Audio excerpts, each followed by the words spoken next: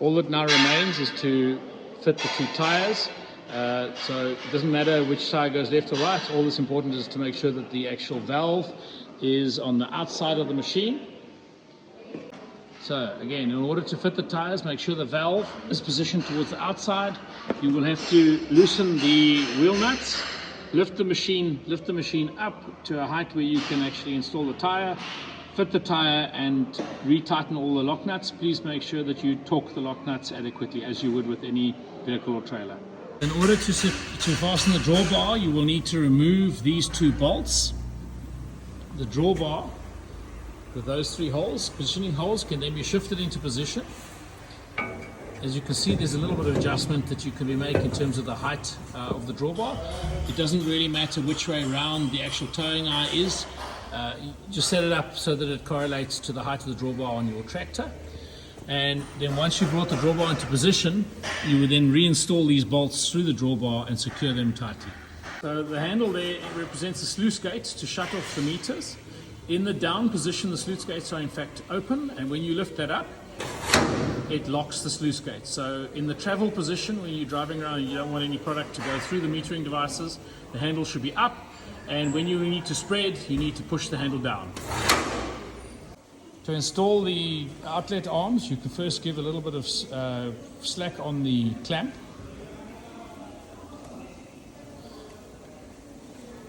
The fitting can then be pushed over the socket on the side of the spreader.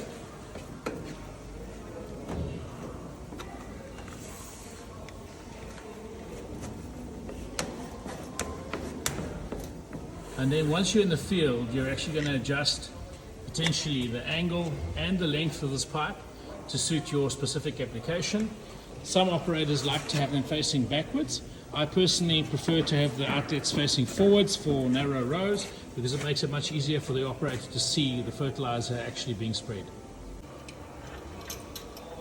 Parking jack can simply be removed, and that can be reinstalled once the spreader is on its wheels and put in place. Just remember to lock it out of place and remove it if you're going to drive the spreader around. This is the hydraulic needle valve that's used to control the fan speed. What you will notice is that the pipe on the left here is a 1/2 inch pipe, and the pipe on the right here is a 3/4 inch pipe. The 3/4 inch pipe is in fact the pressure pipe. You can see that's the line that goes through to the quick couplers that will be connected to the tractor. And when installing this valve, you'll see that the longer part of the body will be on the side of the 3/4 inch pipe, and the shorter side of the body on the side of the 1/2 inch pipe, the return side. And that's got to do with the one-way return valve that's integrated into this valve. In terms of the quick couplers, again, you'll see that the 3/8 pipe, which is this guy, is the pressure line. This will be connected to the pressure side of your hydraulic system, and the 1/2 inch pipe is the return line. Best practice is, in fact, if you're going to run this machine on a tractor for an extended period of time, is to find a way to dump the return directly into the back of the tractor without going through a valve. That will eliminate the chance of creating back pressure on the fan and blowing the fan motor seals. This is the little power coupling that connects the stepper motor to the shaft that drives the meters. This is a unit or entity that could be damaged over time and maybe needs to be replaced. It's also important, if the drive shaft is not turning, to make sure that the slippage is not happening in one of the connections on this unit.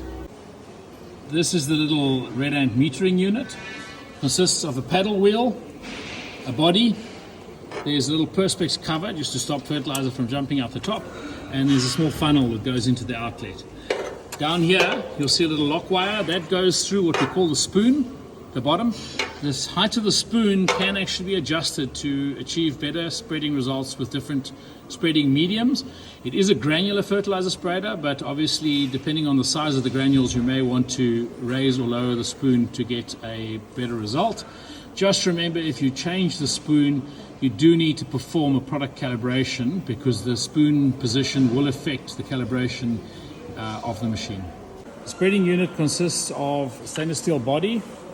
We have a little perspex bash plate or inspection plate just to prevent fertilizer from jumping out. We have the paddle assembly, which has got an internal paddle and then a lock ring. That lock ring and those grub screws get locked right onto the drive shaft during the setup of the system. It's just got some guides, and then inside here you'll see there is what we call a spoon. That spoon is used, and the adjustment on the spoon is used to set the gap between the paddle and where the fertilizer flows through. So it's possible to actually change the positioning of that spoon if the fertilizer is not flowing correctly, depending on the specific medium that you are using. And then we've got a funnel that just helps guide the product out of the metering unit. When the unit is shipped, we try to make sure that the paddle wheel is locked in a position where it is through the body of the spreader and still represents the full range of paddle movement inside the body. See there. If any adjustments are made to the drive system or the shaft, it may be necessary to loosen the grub screws on this lock shaft, on the shaft, and shift this paddle unit so that it's correctly positioned inside the assembly. This is just a bearing that the shaft turns in. It's a self-lubricating nylon bearing, so no need to grease that. And then the motor itself, the stepper motor, has onboard bearings that carry the shaft on this side. So just for reference in terms of what we're looking at here in the control box, we have the shield, which is the main board. We have the SP32 unit, which is carrying the firmware. We have a whole lot of collectors going out through to the motor drivers. This is the power supply. Here are the different connecting prongs. That's your main power. This is your right-hand side motor, your left-hand side motor. These two units are for ultrasonic proximity sensors, which we're not using at the moment. This is your right-hand side motor driver, and this is your left-hand side motor driver.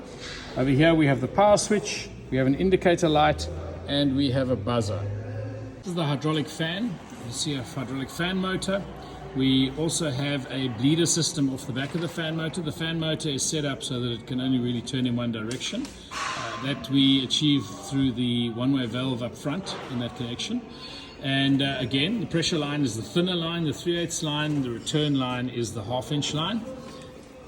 Come over this side, you can see the impeller in there, and the impeller should be turning in a clockwise direction when viewed from here to be working correctly. Inside the bin, you can see we have some sieves. These are just to prevent units that shouldn't be dropping into the bin from falling in. And we've also just got two Perspex inspection holes that are useful for the operator to see how much fertilizer is left in the bin. Entirely removable. To place the lid on the system, just pop it across there and secure the two rubber tags.